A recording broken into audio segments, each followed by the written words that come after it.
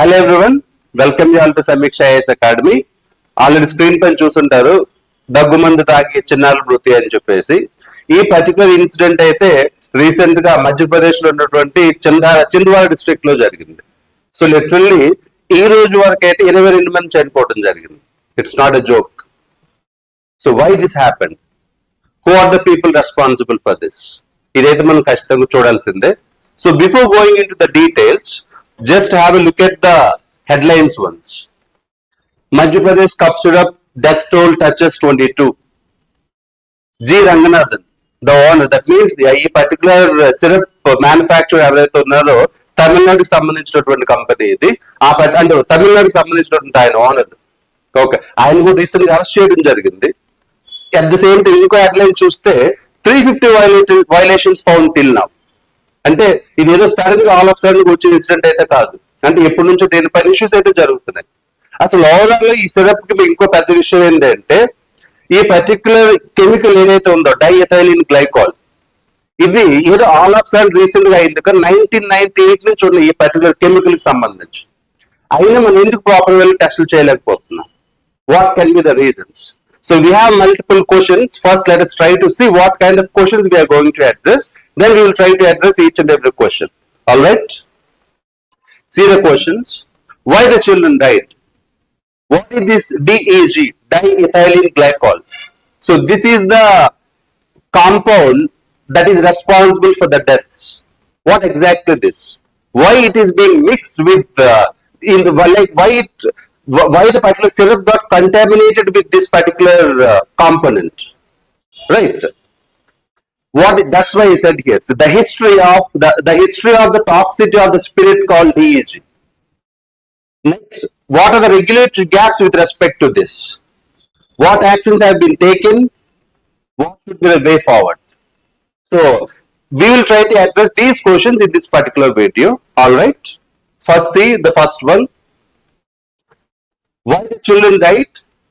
As we said, 22 మంది చనిపోయినారు ఇక్కడ చింద్వారా డిస్ట్రిక్ట్ లో. నార్మల్ గా అయితే ఆ స్పిరిట్ ఏదైతే ఉందో అది 0.1% ఉంటేనే డేంజర్. అట్లాంటిది ఈ పర్టికులర్ సిరప్ లో it is close to 48%, 48.6. Diethylene glycol, ఈ పర్టికులర్ ఇంప్యూరిటీ, ఈ స్పిరిట్, ఎందుకంటే ఇది మోస్ట్ డేంజరస్. ఇది వామిటింగ్, హెడేక్, ఏజ్ లీడింగ్ టు డెత్ చిన్నపిల్లల్లో అయితే. సో ఈ కెమికల్ రెస్పాన్సిబుల్ అయింది మనకి ఇక్కడ. ఓకే, సో అది ఇది అసలు ఆ సిరప్ లోకి ఎలా ఎంటర్ అయింది? సో ఎలా మనం ఎంటర్ చేసుకోవాలి అంటే ఈ రెగ్యులేటరీ ఏజెన్సీస్ ఇక్కడ ఏ రోల్ ప్లే చేశాయి? ఆ పర్టికులర్ ఫార్మా కంపెనీ ఏ రోల్ ప్లే చేసి? Who is responsible for this? పోయిన అయితే మళ్ళీ రాదుగా, వస్తారు. So who should take the blame? So this is what we have to see. So ఇది మొన్న జరిగిన ఇన్సిడెంట్. దానికి ముందు జస్ట్ కొన్నేళ్ల క్రితం మన దగ్గర నుంచి గాంబియాకి, ఉజ్బెకిస్తాన్ కి పంపించినటువంటి సిరప్స్ ఏవైతే ఉన్నాయో అందులో కూడా సేమ్ కెమికల్. దీని హిస్టరీ ఇంకా ఉంది 98 నుంచి. ఓకే, సో ఇది ఓవరాల్ రీసెంట్ గా జరిగింది, గత కొన్నేళ్ల క్రితం జరిగింది. అన్నిటికీ రెస్పాన్సిబుల్ కెమికల్ ఒకటే, డైఎథైలిన్ గ్లైకాల్, రైట్? సో ఫస్ట్ ఇక్కడ చూస్తే ఇక్కడ మనకు వచ్చే స్టోరీ అర్థం కావాలి. డైఎథైలిన్ గ్లైకాల్ డేంజరస్ అని మనకు తెలుసు. అయితే ఇది ఎలా ఎంటర్ అవుతుందని తెలుసుకోవడం మనకు చాలా ఇంపార్టెంట్. అయితే మీరు అందరికి తెలిసిందే, చిన్నపిల్లలు అనేసరికి ఇన్జనరల్ గా మనం టాబ్లెట్స్ ఇస్తే వాళ్ళు తీసుకోరు. టాబ్లెట్స్ చిన్నపిల్లలకి చేసుకోమంటే వేసుకుంటారా?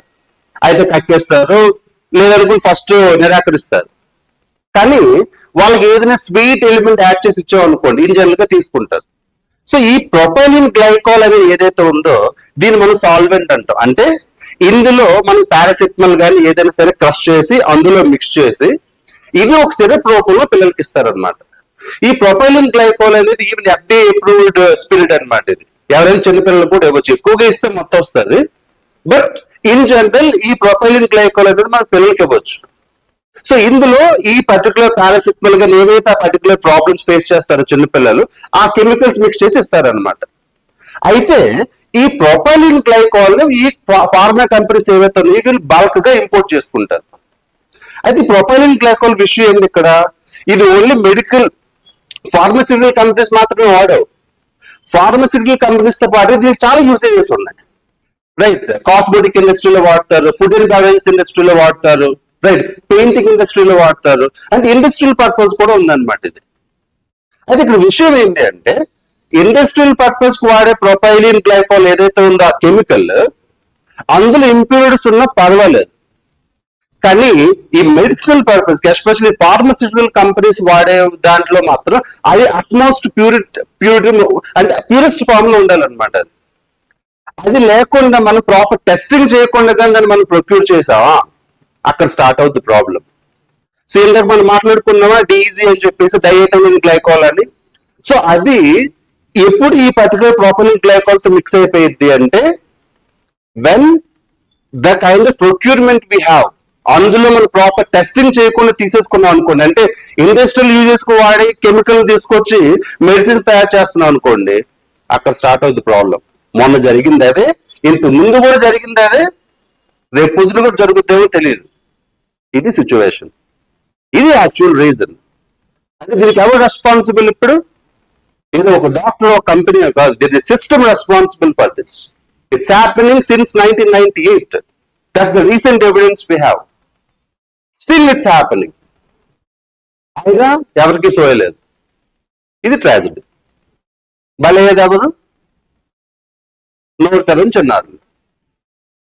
ఇది సీన్. ఓకే, సో ఒకసారి దీనికి ఇంకోటి చూద్దాం. ఇలా మనం చెప్పినట్టే ఎందుకు చాలా ఫార్మా కంపెనీస్ ఈ ఇండస్ట్రియల్ లెవెల్ ఈ గ్లైకాల్కి వెళ్తున్నాయి, ఈ పర్టికులర్ స్పిరిట్ కి వెళ్తున్నాయి.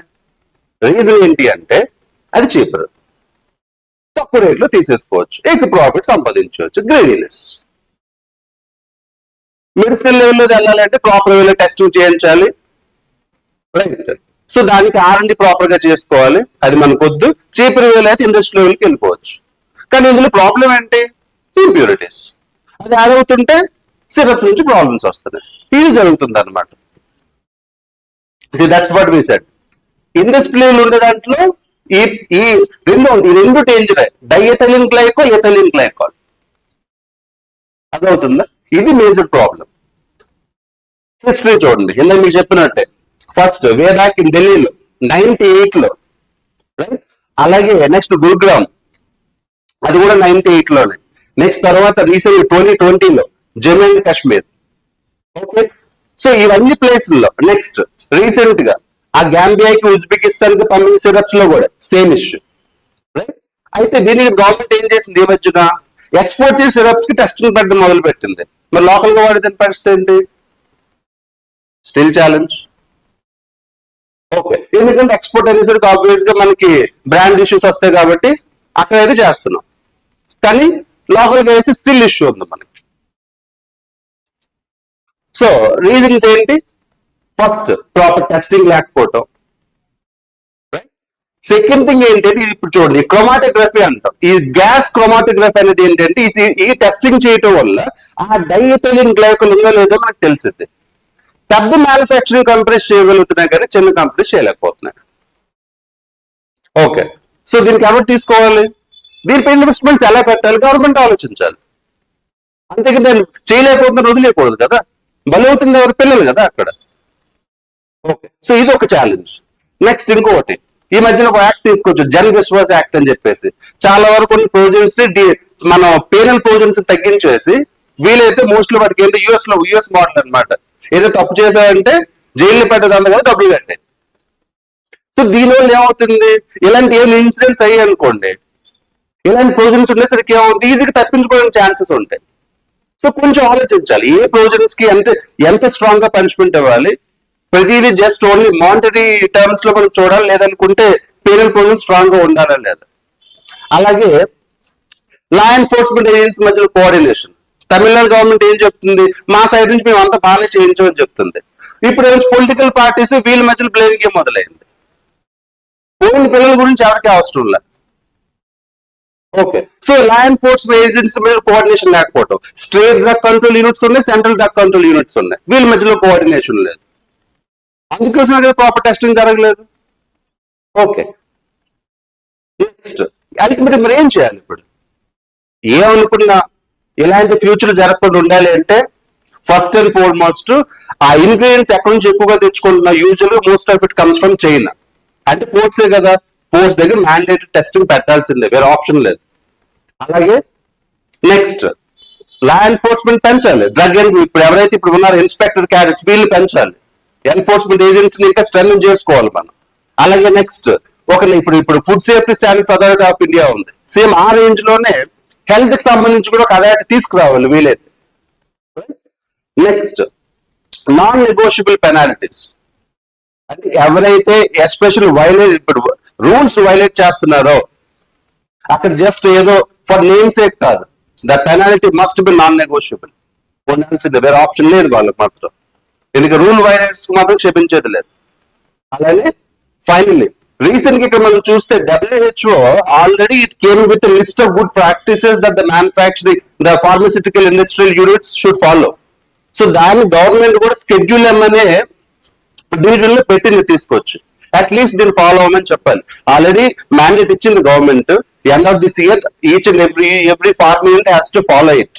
So we should expect that they will follow, so that eventually the safer medicines, stronger rules eventually leads to healthy communities. This is what I feel we should expect.